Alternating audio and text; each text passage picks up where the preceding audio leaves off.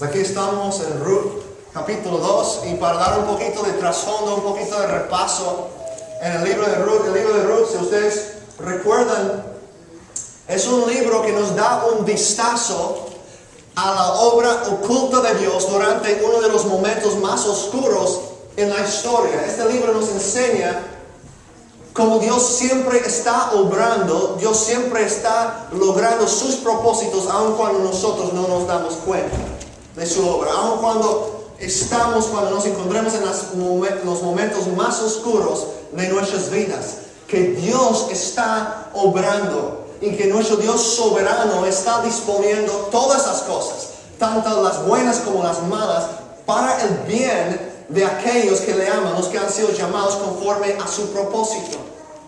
Nosotros necesitamos entender esta verdad, y el libro de Ruth es una historia hermosa, una historia de tragedia, una historia de desesperanza, una historia de amor y de redención, de libertad. Es una historia pequeña que se encuentra en medio de una historia épica, una historia enorme que es la historia de la redención, y es una historia en la cual nos encontramos nosotros también. Los acontecimientos de esta historia de Ruth nos enseñan cómo Dios siempre está obrando y Él siempre tiene un plan y un propósito en lo que hace. Así que esta es una historia para personas que se preguntan, ¿dónde está Dios? Cuando todo se ve muy oscuro, cuando una tragedia tras otra ataca tu fe y dices, ¿dónde está Dios? Yo pensé que Dios es bueno, ¿por qué está permitiendo eso? ¿Por qué está haciendo eso? El libro de Ruth nos ayuda a ver la obra secreta de Dios, y que muchas veces, como podemos ver en la pantalla, lo que vimos el domingo pasado, para un poquito de repaso, muchas veces, si puedes ponerla el primero, en su designio soberano, Dios dispone tragedia dolorosa para preparar el escenario para un triunfo sorprendente. ¿Ven eso? Dios en su soberanía, Él dispone tragedia dolorosa para preparar el escenario para un triunfo sorprendente. Y vamos a ver esto en el libro de Ruth. ¿Cómo dejamos a Ruth y Noemí? Para los que no estaban aquí el domingo pasado, Ruth y Noemí son dos mujeres. Es una nuera y su suegra. Ruth es la nuera, Noemí es la suegra. Ellas, la familia de Noemí, hace 10 años atrás de este acontecimiento en la historia que vamos a ver hoy, 10 años antes habían viajado a la tierra de Moab, desobedeciendo a Dios, escapando el hambre que Dios había enviado para castigar a su pueblo por su desobediencia, conforme a lo que yo entiendo de cómo Dios obraba en el Antiguo Testamento. Y el esposo de Noemí se llamaba Elimelech, y Elimelech, en vez de arrepentirse, llevó a su familia a un lugar donde los israelitas, el pueblo de Dios, los hebreos, no debían haber ido, a los enemigos de Dios, a la tierra de Moab. Y allí Elimelech y su esposa Noemí llegan con sus 2 hijos, y poco después Elimelech muere, sufre las consecuencias quizás de su desobediencia, y sus 2 hijos se casan con mujeres moabitas. Los 2 hijos de Elimelech y de Noemí se casan con esas 2 mujeres, Orfa y Ruth. Y después, esos hombres, los hijos de Noemí, también mueren. El esposo de Ruth muere ahí en la tierra de Moab. Así que ahora Ruth y Noemí y la otra mujer, Orfa, ya no tienen nada, no tienen esposos. En aquel entonces están viviendo en un tiempo muy duro, muy difícil, con mucha violencia, mucha rebeldía. Las personas, dice la Biblia en el libro de Jueces, que en aquel entonces cada persona hacía lo que le parecía bien ante sus propios ojos. Y esas 3 mujeres se encuentran en esa situación muy peligrosa, muy vulnerable. Y Noemí escucha que Dios ha provisto para su pueblo en la tierra de Israel, particularmente en Belén de Judá, de donde es su familia. Así que Noemí decide regresar a su tierra, a Israel. Y Ruth y Orfa, sus 2 nueras, la acompañan. Y Orfa decide regresar, quedar siempre en Moab, porque se da cuenta que no va a tener ningún futuro ningún futuro allí en Moab, en Israel. Esas dos mujeres se encuentran en esa situación. Orfa se va, Ruth y Noemí llegan a Israel, no tienen nada, están en necesidad de familia, están en necesidad de alimento. Están en necesidad de alimento y de familia. Dos mujeres solas en una tierra peligrosa. Entonces, eso es un poquito de trasfondo de la historia.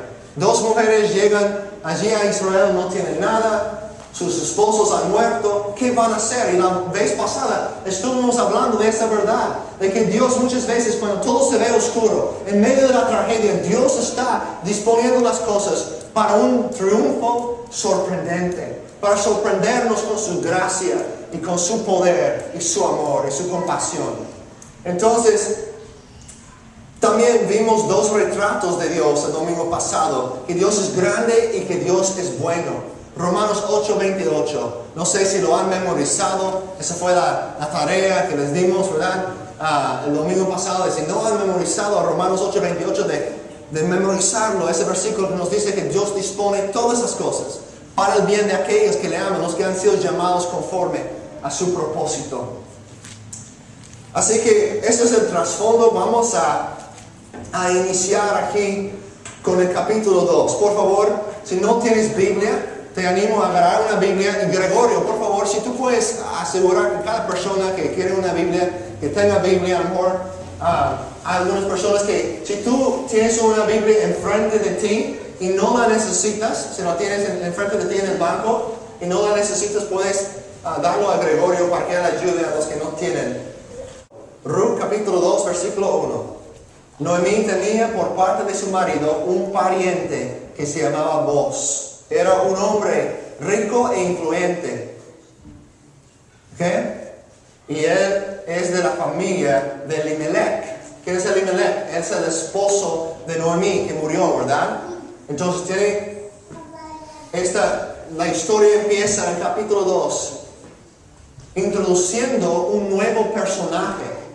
Un nuevo personaje en la historia. Hasta el momento tenemos principalmente a Ruth y Noemí. Va a entrar en este capítulo 2 un nuevo personaje que es Boaz. No va a hablar mucho de él todavía, pero nos dice el versículo 1 que es un pariente de Elimelech y que es un hombre rico e influyente. Esa frase en el hebreo quizás podría ser traducido como un hombre digno, un hombre noble. De hecho, tiene un montón de significados. Ese es como el hombre del sueño de todas las mujeres solteras. Ese es como el hombre perfecto prácticamente. Boaz. En el hebreo, en el lenguaje original, las palabras son para un hombre rico e influyente, Ish Gebor Kahil. Ish Gebor Kahil. Y eso quiere decir, esa palabra significa muchas cosas. Quiere decir un hombre fuerte, un hombre que es un guerrero, un hombre rico, un hombre de Dios, un hombre noble, un hombre así como todo un galán, ¿verdad? No sé si dicen el knight in shining armor, el príncipe azul, ¿verdad? Ese hombre es el sueño de todas las mujeres solteras. Ese hombre, digo las mujeres solteras porque si estás casada no debes estar soñando de otros hombres, ¿ok? Boaz. Vamos a ver, su nombre en español me suena medio raro, pero este hombre era todo un galán. Un hombre rico, influyente, noble, digno. El versículo 2 nos dice, versículo 2, y Ruth la moabita dijo a Noemí, te ruego que me dejes ir al campo a recoger espigas en pos de aquel a cuyos ojos halle gracia. Ella le respondió, ve, hija mía. Partió pues y espigó en el campo en pos de los segadores. Y dio la casualidad de que el campo donde estaban trabajando pertenecía a Boaz, el pariente de Elimelech. Noten esto. Este autor está usando un lenguaje medio chistoso aquí. Está escribiendo de una forma distinta. Él dice en el versículo 3 que Ruth partió y espigó en el campo en pos de los segadores. Y note esa frase, y dio la casualidad. Creo que la Reina Valera dice, aconteció Pero en este caso la Nueva Versión Internacional es una mejor traducción, porque literalmente esta frase dio la causalidad. Es como, y fue una coincidencia que ella llegó al campo que pertenecía a ¿quién? A vos, ese príncipe azul. ¡Qué coincidencia! Eso es muy raro que un hombre de Dios, que un autor bíblico usa esa frase. Porque nosotros los cristianos, los seguidores de Dios, sabemos que no hay coincidencias. Que no hay nada que sucede porque, pues me fue muy bien hoy porque tuve mucha suerte. No, sabemos que todo lo que pasa tiene un propósito, que Dios es aquel que está obrando en cada situación. Entonces, ¿por qué usa esa palabra así? Que dio ¿cómo se dice aquí? Que dio la causalidad de que el campo donde estaba trabajando pertenecía a vos. El autor está hablando con sarcasmo aquí, para enfatizar el hecho de que nada en la vida pasa por causalidad, sino que la mano invisible de Dios está disponiendo todas estas cosas. La mano invisible de Dios está orquestando, dirigiendo todas las partes de esta historia. Versículo 4. En este momento, otra coincidencia. Llegó ¿quién? Vos, vino de Belén y dijo a los segadores: el Señor sea con ustedes. ¿Ves? Es un hombre de Dios. Llega, habla con sus trabajadores, con sus siervos. Que el Señor sea con ustedes, dice. ¿Cuántos de ustedes cuando llegan a sus trabajos les dice eso a su patrón? Que el Señor sea contigo, hermano. Yo creo que ese no es el caso en la mayoría de los trabajos, ¿verdad? Pero vos eres un hombre de negocios, un hombre rico, pero también un hombre de Dios. Que el Señor sea con ustedes. Que el Señor te bendiga, le respondieron ellos.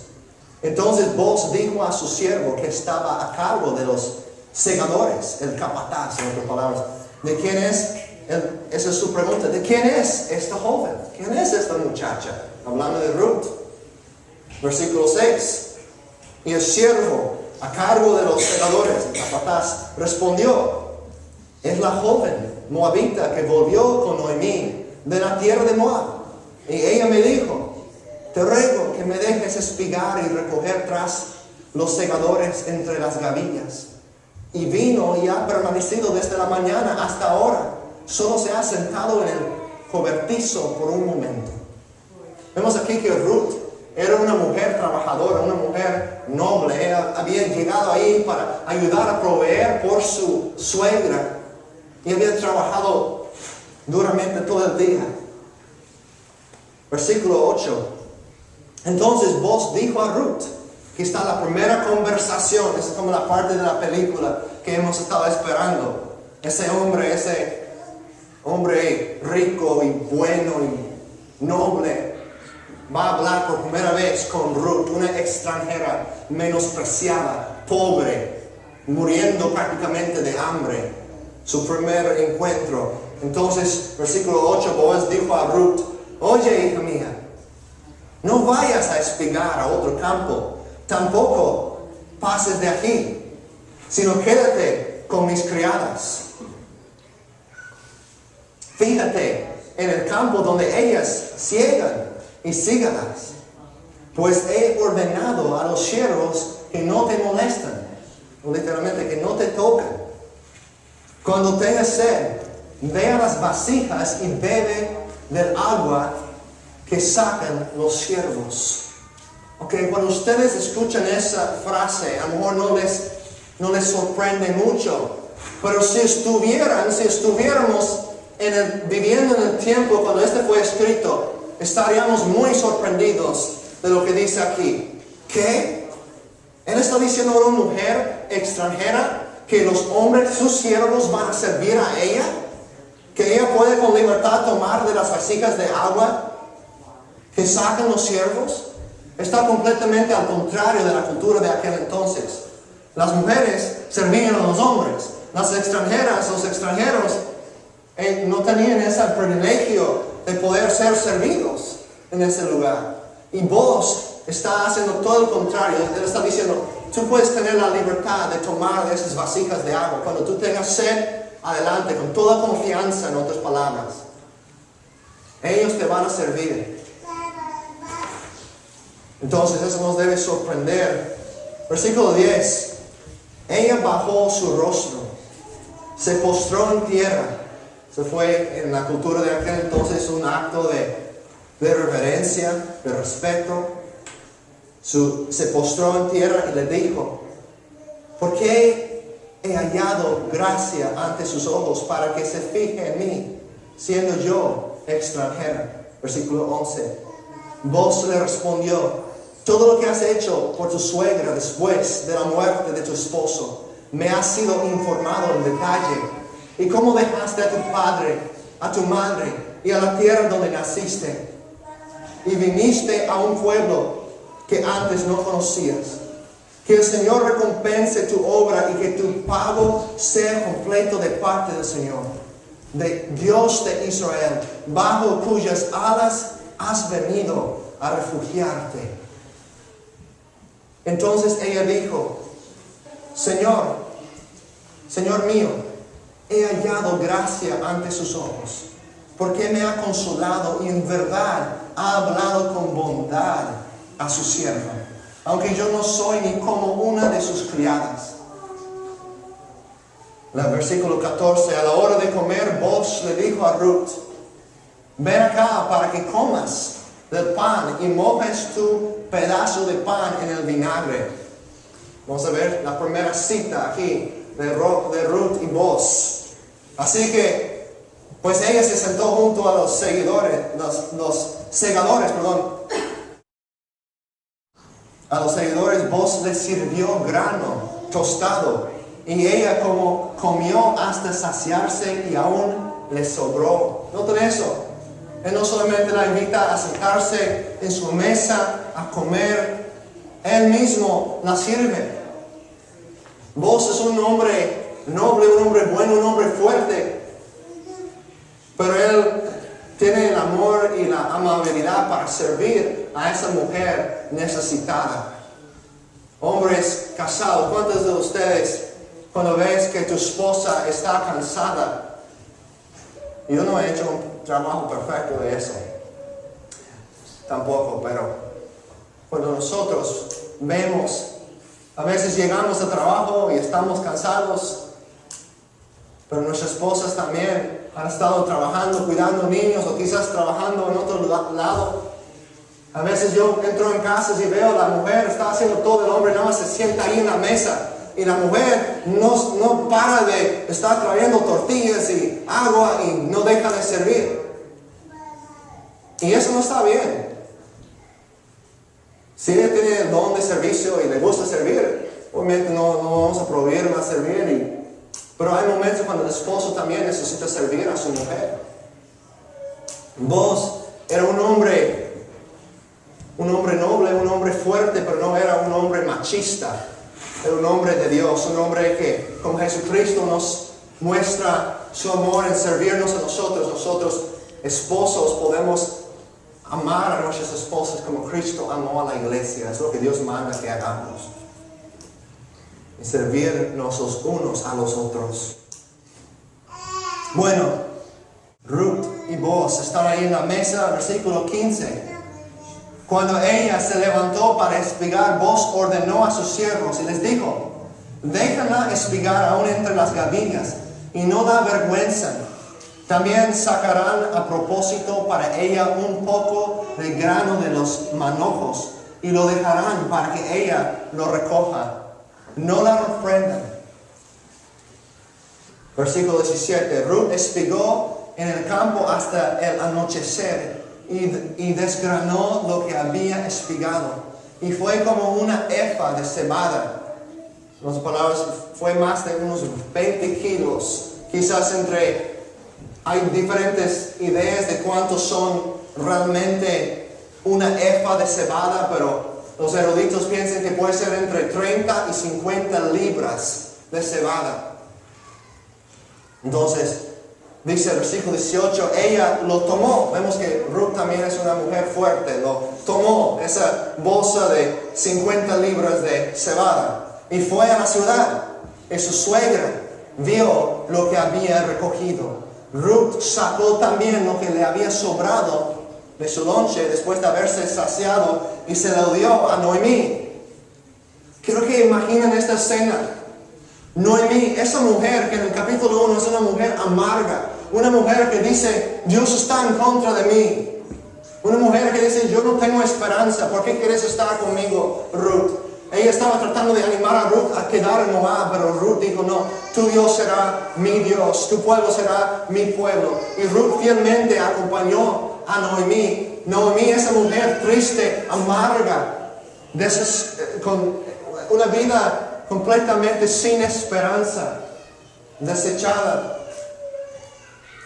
Esta escena es muy hermosa si lo vemos en este contexto. Aquí está Ruth regresando del campo. A lo mejor Noemí está pensando, a lo mejor ella va a tener un poquito de comida que nos va a poder, para que podamos sobrevivir un día más. Y ahí viene Ruth con 50 libras quizás de cebada. Vemos la reacción de Noemí. Versículo 19. Entonces su suegra le dijo, ¿dónde espigaste y dónde trabajaste hoy? ¿Ves? Dice la misma cosa 2 veces, ¿verdad? Ni puede hablar, está tan emocionada, tan sorprendida. ¿Dónde espigaste y dónde trabajaste hoy? Bendito sea aquel que se fijó en ti. Y ella informó a su suegra con quien había trabajado. Y dijo, el hombre con quien trabajé hoy se llama Boaz. Podemos imaginar el cambio en parecer de Noemí en ese momento. Y ella dice, versículo 20, Noemí dijo a su nuera, que el Señor lo bendiga. El Señor no ha dejado de mostrar su fiel amor hacia los vivos y los muertos. Ese hombre es nuestro pariente cercano. Es uno de los parientes que nos pueden redimir. Entonces, este Boaz es un hombre, un pariente cercano de ellos. Y para que sepan, en aquel entonces, bajo la ley de Moisés, si un esposo murió y dejó a su esposa como viuda, si él todavía tenía un hermano soltero, ese hermano tuvo la obligación de casarse con esa mujer, o por lo menos encontrar un pariente cercano que podría hacerlo y también tomar la propiedad de su hermano o de su pariente. En este caso, Elimelech parece que no tuvo hermanos, pero tiene algunos parientes cercanos. Entre ellos es Boaz. El que está más cercano va a tener la primera oportunidad de casarse con Ruth o con Noemí y tener la tierra de Elimelech. No sabemos todavía en la historia si Boaz realmente es ese hombre o no, pero es un pariente cercano. Así que vamos a ver qué pasa. Versículo 21. Y eso es lo que quiere decir en el versículo 20, cuando dice que ese es uno de los parientes que nos pueden redimir. Que es una persona que puede rescatar a nosotros. Ruth la moabita añadió, versículo 21. Incluso me dijo que me quede allí con sus criados hasta que terminen de recogerle toda la cosecha. Versículo 22. Hija mía, te conviene seguir con sus criadas, le dijo Noemí, para que no se aprovechen de ti en otro campo. Recordamos que están viviendo en un tiempo de violencia, un tiempo muy feo en cuanto a crimen y todo eso en la tierra de Israel. Versículo 23. Así que Ruth se quedó junto con las criadas de Boaz para recoger espigas hasta que terminó la cosecha de la cebada y del trigo. Mientras tanto, vivía con su suegra. Así termina el capítulo. Es como una de esas películas que ya, como sientes que ya estás llegando a la parte más emocionante y de repente ya termina y dice, la próxima semana vamos a continuar con esta historia o algo así. Es como este punto de que muchas cosas están pasando vemos este personaje de Boaz y parece que Ruth y él están empezando una amistad y nada más termina y ella vivía con su suegra. Es como, nos decepciona un poquito el final del capítulo, pero tenemos que seguir leyendo para ver lo demás de la historia y no lo vamos a hacer hoy. Pero ¿qué aprendemos de este capítulo? De este capítulo 2. Como vimos, Dios está obrando en todo esto atrás de la cortina. Él está obrando, preparando el escenario para un triunfo glorioso para Noemí y Ruth. Y Dios también en este capítulo, el Espíritu Santo, nos está mostrando algunos de los atributos de Dios en el personaje de Boaz. Y quiero que notemos eso. Podemos ver en la pantalla algunas cosas que aprendemos aquí de Boaz. En el Evangelio según Ruth capítulo 2, toda la Biblia, para que sepan, toda la Biblia habla de Jesucristo. Toda la Biblia habla del Evangelio. Y nunca debemos leer un libro y pensar, pues es una historia bonita nomás. No, señala hacia Jesucristo. Y Boaz, en su personaje, en lo que aprendemos de él en esta historia, él es un tipo o un retrato del Señor Jesucristo. Boaz, igual que el Señor Jesucristo, busca al desesperado para ser su familia. En los versículos 8 y 9 vemos que Boaz está permitiendo que Ruth siga trabajando en sus campos. Podemos ver ahí en el versículo 8, si regresan ahí conmigo, dice, versículo 8, oye, hija mía, no vayas a espigar a otro campo, tampoco pases de aquí, sino quédate con mis criadas, fíjate en el campo donde ellas ciegan y síguelas, pues he ordenado a los siervos que no te molestan. Cuando tengas sed, ve a las vasijas y bebe del agua que sacan los siervos. Él está tratando a Ruth como si fuera miembro de su propia familia. Versículo 21 también, Ruth la moabita añadió, incluso Boaz me dijo, que me quede allí con sus criados hasta que terminen de recogerle toda la cosecha. Dos mujeres que no tenían familia, que no tenían esperanza, ahora están recibiendo, parece que eso está empezando a realizarse. También el Señor Jesucristo como voz cubre al débil bajo la protección de sus alas. Si notaron en el versículo 9, Boaz dijo, yo he ordenado a mis criados que no te tocan, que no te molestan. De la misma forma, Cristo cuida a sus hijos. Y usando el lenguaje del versículo 12, ¿verdad? Bajo la protección de sus alas. Que has venido a refugiarte bajo las alas de Jehová, bajo las alas del Señor Todopoderoso. Además, nosotros podemos ver en Boaz, igual como en el Señor Jesucristo, que Él sirve al hambriento en su mesa. Dios ofrece comunión con Él por medio de Jesucristo. Nosotros podemos, como creyentes, crecer en una relación personal con el Dios del universo. Él sirve a su pueblo. También vemos en el versículo 13, colma al necesitado con su gracia. Ese es favor inmerecido, gracia. Sí, cuando Ruth preguntó, ¿por qué estás haciendo eso?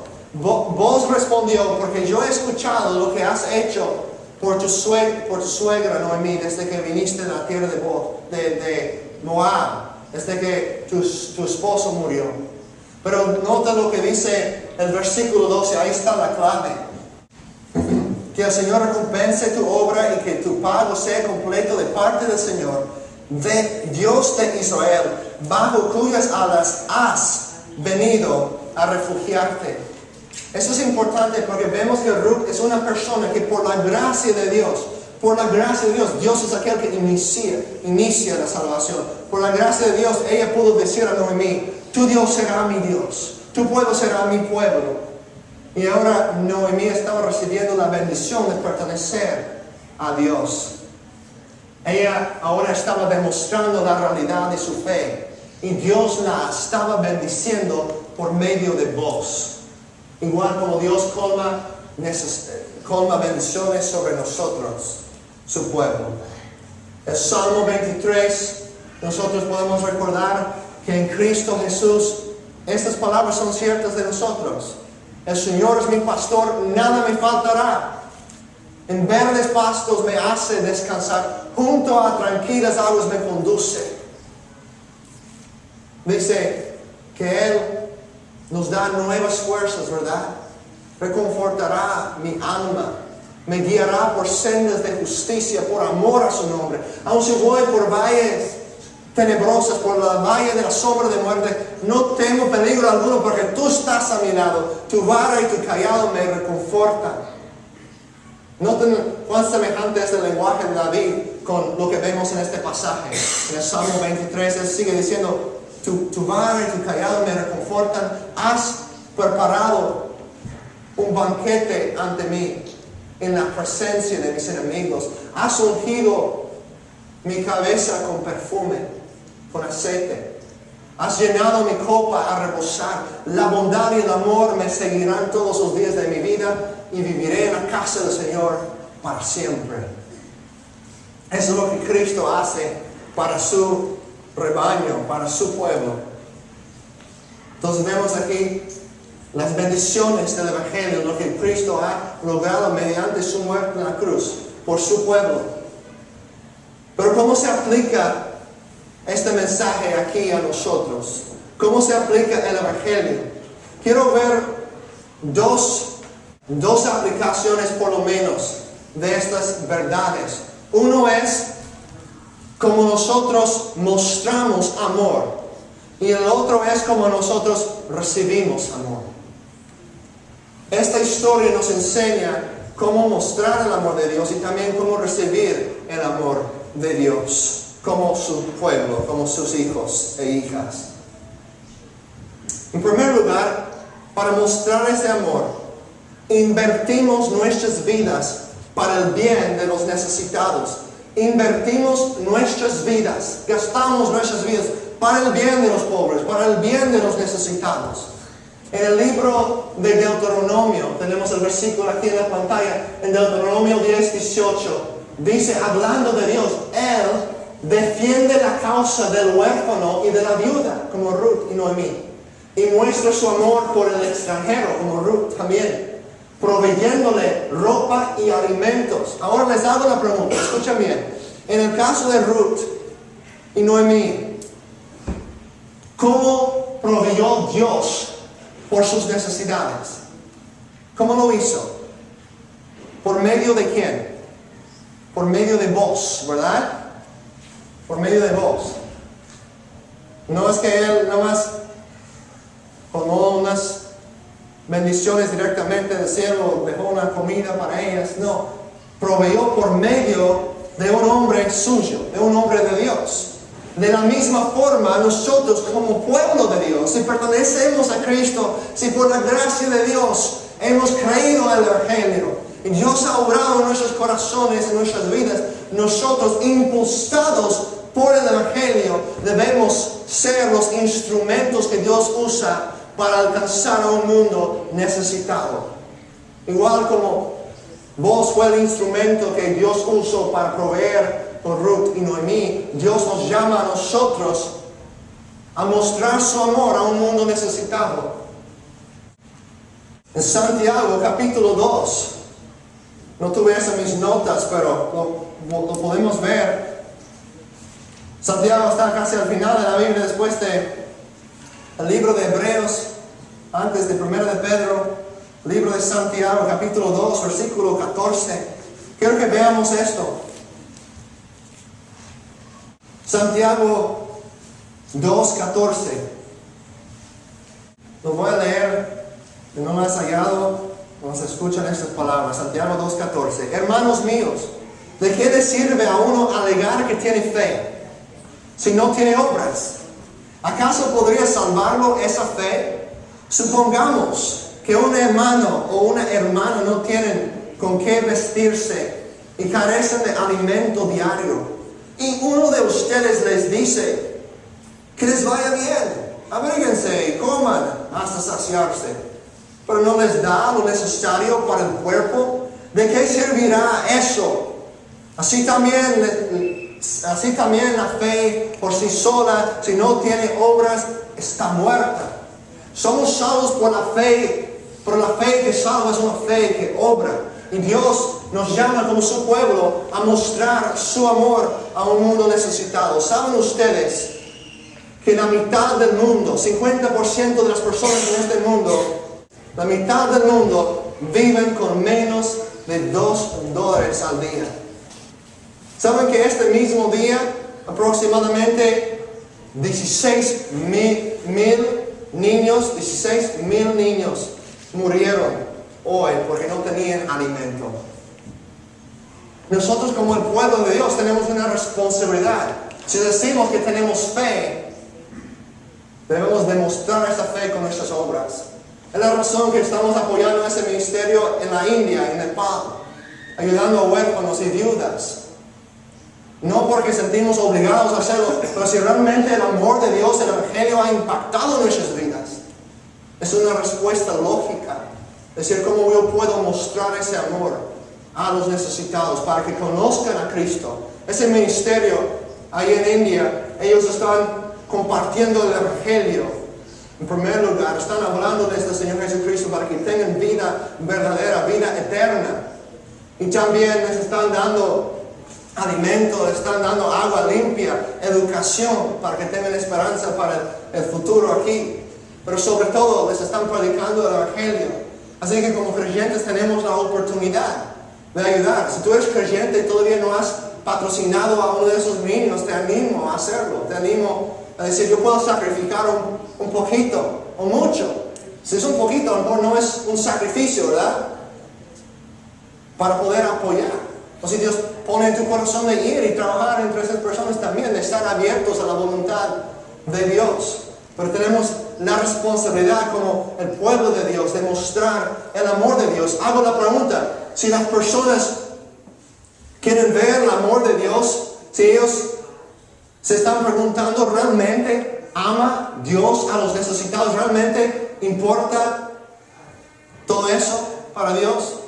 ¿Podrían ver a nosotros y ver ese amor y esa compasión hacia los necesitados y decir, ahí veo manifestado el amor de Dios? Pero está un pueblo de personas que están viviendo sacrificialmente. Ustedes saben que gastamos dinero en tantas cosas que no necesitamos. Yo sé que Dios nos ha dado muchas cosas para disfrutar. No digo que es malo tomar vacaciones o que es malo salir de vez en cuando a un restaurante para comer con la familia, con tu esposa, tu esposo. Sin embargo, nosotros debemos recordar que todo lo que tenemos, todos los recursos que tenemos son regalos de Dios, pertenecen a Dios y somos administradores nomás de esos recursos suyos. Y tenemos la responsabilidad de administrarlos conforme a su voluntad y someternos a Él. Si hay personas que están muriendo de hambre y peor que eso, muriendo sin Cristo, sin salvación, sin esperanza, en rumbo al infierno, y nosotros no hacemos nada y quedamos en nuestro mundo feliz ignorando esas cosas, ay de nosotros. O sea, como Santiago dice, tú dices que tienes fe, muéstrame tu fe sin obras y yo te mostraré mi fe por lo que hago. Es lo que dice Santiago. Y tenemos que arrepentirnos de nuestro materialismo y de tantas veces que nosotros vivimos aquí en esta sociedad pensando que estamos gastando nuestro dinero en cosas que pensamos que son necesarias, que realmente no son, mientras podemos usar esas cosas para avanzar el Evangelio y manifestar el amor de Dios, para la gloria de Dios entre las naciones. Cada uno de nosotros tenemos que rendir cuentas ante el Señor por eso. Y para cada persona puede ser diferente. No estoy diciendo que si yo voy a patrocinar a 10 niños y enviar $1,000 cada año hacia un ministerio para ayudar a esas personas, que ustedes tienen que hacer lo mismo. No estoy diciendo eso. Pero cada uno de nosotros tenemos que realmente examinar nuestras vidas. Es decir, si creemos en el Evangelio, si Dios nos ha buscado a nosotros en nuestra necesidad, en nuestra pobreza espiritual, y realmente creemos eso realmente es una realidad, es algo auténtico en nuestra vida, nuestra única respuesta lógica es mostrar ese amor, esa compasión a un mundo perdido, moribundo. Ahora, a lo mejor algunos sienten culpables. Y yo realmente no quiero. La meta aquí no es que salgan de este lugar con mucha culpa, con mucha culpabilidad. Ay, pues necesito dar más. No. Eso no es lo que estoy tratando de lograr y no creo que eso es lo que Dios quiere tampoco. Porque la culpabilidad a un punto ya lo podemos ignorar. Pero lo que estoy diciendo es que si realmente la verdad del Evangelio ha impactado tu vida y crees en un Dios todopoderoso, un Dios de compasión, un Dios que te ha bendecido con su palabra, con su espíritu, con tantas bendiciones en este país, y no haces nada para ayudar a un mundo pobre, un mundo necesitado, ¿cómo puedes decir que realmente eres un seguidor de Cristo? Somos salvos por la fe. Por la fe que salva es una fe que obra, que produce obras. Debemos tener los ojos abiertos. Hay necesidades alrededor de nosotros. No estoy diciendo que tiene que ser la India o África, pero debemos estar conscientes de eso. Y hay hermanos necesitados, pastores, ministros que podemos ayudar en otros lugares también, que están viviendo con muy poco, menos de $2 al día. No importa si tú tienes el peor trabajo en este país, tú eres rico, tú eres adinerado en comparación con la mayoría de la gente. Así que podemos invertir nuestras vidas. Vamos a poner esto en la pantalla. Quiero que este punto quede claro. Yo no estoy tratando de culpar a nadie, a manipularlos, a estar dando dinero a los pobres. Pero este punto es bien importante aquí, para clarificarlo. Podemos invertir nuestras vidas para el bien de los necesitados solo si hallamos descanso para nuestras vidas bajo la protección de Dios, de las alas de Dios. En otras palabras, vos es un hombre en nuestra historia que se ha refugiado bajo las alas de Dios, bajo la protección del Dios de Israel. Y él puede ser un hombre que va a ayudar a los necesitados y a los pobres. Igual, si tu confianza no está en tu trabajo, si tu confianza no está en ningún recurso que tienes, si tu confianza está únicamente en Dios, tú puedes dar liberalmente, generosamente, sacrificialmente y saber que Dios va a cuidar de ti. Dios va a cubrirte bajo sus alas. Y si realmente estamos descansando en esa realidad, en esa verdad, podemos ser liberados para dar generosamente, alegremente, no de culpabilidad, no de obligación, sino alegres porque Cristo nos ha impactado a nosotros y reconocemos que nuestro Dios es nuestro refugio. Y si Él está con nosotros, ¿quién puede estar en contra?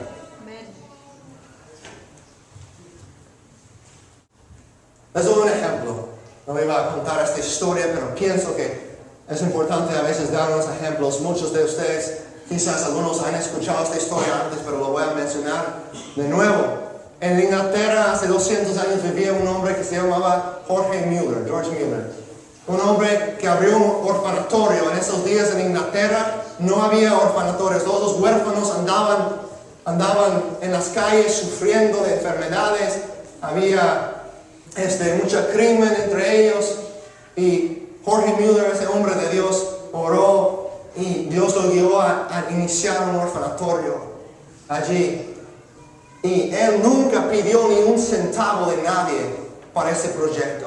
Él solamente pasó horas sobre rodillas, orando, pidiendo a Dios que proveyera por sus necesidades, y Dios siempre proveyó por sus necesidades. Y hasta el punto que el gobierno de la ciudad de Bristol, donde él vivía, podrían decir, no hay necesidad de ayudar a ningún huérfano en esta ciudad porque George Mueller lo está haciendo. Y fue para la gloria de Dios. Hay muchas historias milagrosas de cómo Dios proveyó por ellos. Julissa y yo en nuestras propias vidas hemos visto cómo Dios fielmente ha provisto por nosotros vez tras vez, tras vez, tras vez. Tantas historias de cómo Dios ha provisto milagrosamente por medio de diferentes personas. Y tampoco nuestra convicción no es hablar a las personas y decir, oh, necesitamos dinero, por favor, no tenemos suficiente para este bill. Nunca hemos hecho eso. Y Dios siempre sabe nuestras necesidades y siempre suple nuestras necesidades. Él es fiel y Él cuida a los suyos. Podemos descansar bajo sus alas, bajo la protección de sus alas. Y eso nos da la libertad para dar a los demás, dar generosamente a los demás. Que Dios va a cuidar de nosotros. Lo hacemos obviamente con oración, buscando la dirección de Dios, con sabiduría. pero debemos buscar oportunidades para mostrar ese amor. En el libro de Proverbios, capítulo 19, también lo tenemos aquí, Proverbios 19, 17. Nota lo que dice este versículo. El que se apiada del pobre presta al Señor, y Él lo recompensará por su buena obra. También notamos lo que dice en el libro de Isaías. Isaías está en medio de la Biblia. Isaías 58, versículo 6. Nota lo que Dios dice aquí. Bueno, lo tienen, digan amén. Amén. Isaías 58, 6. El ayuno, está hablando aquí el Señor, Yahweh, Dios. El ayuno que he escogido, ¿no es más bien romper las cadenas de injusticia y desatar las correas del yugo, poner en libertad a los oprimidos y romper toda atadura? ¿No es acaso el ayuno compartir tu pan con el hambriento y dar refugio a los pobres sin techo, vestir al desnudo y no dejar de lado a tus semejantes? Si así procedes, tu luz, noten esto, si así procedes, versículo 8, tu luz despuntará como la aurora, y al instante llegará tu santidad. Tu justicia te abrirá el camino, y la gloria del Señor te seguirá. Llamarás y el Señor responderá. Pedirás ayuda y Él dirá, aquí estoy. ¿Ven esa promesa del Señor? Si desechas el yugo de opresión, el dedo acusador y la lengua maliciosa, si te dedicas a ayudar a los hambrientos y a saciar la necesidad del desválido, entonces brillará tu luz en las tinieblas, y como el mediodía será tu noche. Versículo 11. El Señor te guiará siempre, te saciará en tierras resecas y fortalecerá tus huesos. Serás como jardín bien regado, como manantial cuyas aguas no se agotan. Tu pueblo reconstruirá las ruinas antiguas y levantará los cimientos de antaño. Serás llamado reparador de muros derruidos, restaurador de calles transitables. Ese pasaje nos dice, si nosotros realmente hacemos ese sacrificio, dice, serás como jardín bien regado, como manantial cuyas aguas no se agotan. Es una promesa del Señor en su palabra para aquellos que sacrifican para ayudar a los necesitados. Y todo eso, para terminar, tiene que ser impulsado por el Evangelio. Si tú estás aquí y Dios no te ha salvado, no has conocido a Cristo, nunca has puesto tu fe en lo que Él hizo en la cruz por ti, eso no te aplica aquí. Tu gran necesidad es arrepentirte de tu pecado y por la gracia de Dios confiar en Cristo, en su obra. Y nosotros que hemos confiado en la obra de Cristo, en lo que Él hizo en la cruz, nuestra respuesta debe ser servicio sacrificial, no de obligación, sino de amor por nuestro Salvador. Vamos a recordar unas cosas. El Evangelio según Ruth capítulo 2. Lo que vemos en vos. Él, Jesucristo, como vos buscó a Ruth, Jesús nos buscó a nosotros. Él nos llamó por nombre. Como Ruth, nosotros nos encontrábamos sin esperanza, en peligro de morir, sin recursos para sobrevivir, sin favor, sin gracia. Y Cristo vino, se encarnó, Dios mismo, el Dios creador del universo, el Dios que te sostiene en este momento, que te da aliento en este mismo momento. Ese Dios tan poderoso vino y murió en la cruz horriblemente, sufriendo una muerte, una tortura tremenda, terrible en la cruz, pero mucho más que eso, la ira de Dios Padre que fue derramado sobre Él. Con Él satisfizo la ira de Dios, esa ira que tú mereces, que yo merezco. Cristo vino a buscar y salvar lo que se había perdido y nos buscó a nosotros y nos ha rescatado de las tinieblas. Nos ha dado una nueva vida y ofrece esa salvación a todo aquel que en Él cree. Él llegó a ser nuestro refugio. En el Salmo 46 dice, Dios es nuestro amparo y fortaleza, nuestro pronto auxilio en las tribulaciones. Por tanto, no temeremos, aunque la tierra sea removida y se traspasen los montes al corazón del mar, aunque braman y se turban sus aguas y tiemblan los montes a causa de su braveza. Del río sus corrientes alegran la ciudad de Dios, el santuario de las moradas del Altísimo. Dios está en medio de ella, no será conmovida. Dios le ayudará a clarear la mañana. Bramaron las naciones, titubearon los reinos. Dio Él su voz, Dios dio Él su voz, se derritió la tierra. Jehová de los ejércitos está con nosotros. Nuestro refugio es el Dios de Jacob. Jehová de los ejércitos está con nosotros. Nuestro refugio es el Dios de Jacob. Dios ha venido, nos ha buscado, nos ha salvado y Él ha llegado a ser nuestro refugio. Él nos llamó por nombre, hermanos y hermanas. Él llegó a ser nuestro refugio. Él satisfizo nuestros anhelos. No hay necesidad de andar en otros campos, como vos dijo a Ruth, quédate aquí en este campo con mis siervas, trabaja con ellas. No hay necesidad, hermanos y hermanas, de andar en el campo de otras cosas, de pornografía, de placeres de este mundo, de fornicación, de el afán de dinero, de riqueza. No hay necesidad de andar en esos campos. Cristo satisface. Cristo es suficiente. Él es todo lo que necesitamos para satisfacer nuestra alma. Así que Dios nos ha llamado por nombre a cada uno de nosotros. Él llegó a ser nuestro refugio. Él satisfizo nuestros anhelos y Él salvó nuestras almas. Él es un Salvador bueno, un Dios soberano.